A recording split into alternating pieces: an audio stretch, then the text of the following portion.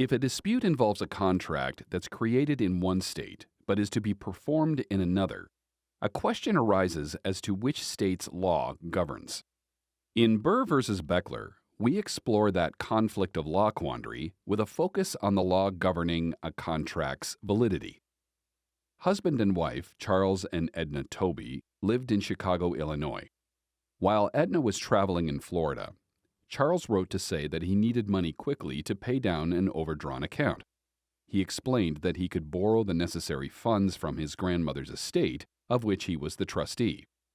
But to do so, he needed Ednah to execute a note promising repayment of the borrowed funds, meaning the loan was in Ednah's name. And he needed her to join him in executing a trust deed conveying certain Chicago real property into a trust as security for the loan's repayment. Ednah executed the requested note and trust deed while in Florida and mailed them to Charles. Ednah later discovered that Charles had overstated the overdrawn amount and loaned borrowed funds to a mistress. After obtaining a divorce, Ednah made a written demand that Charles, as trustee of the creditor estate, release the trust deed on the property. Charles didn't respond to Ednah, but instead assigned the note and trust deed to his business associate, Shelton Burr, in an attempt to defeat Ednah's claim to the property.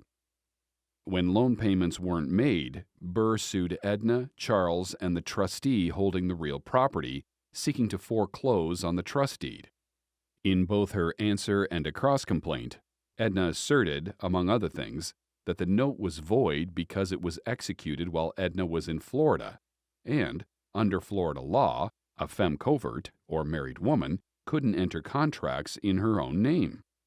She then argued that because the trust deed was incident to the note, it too was unenforceable.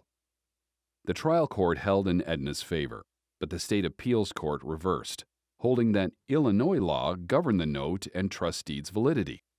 Ednah appealed to the Illinois Supreme Court.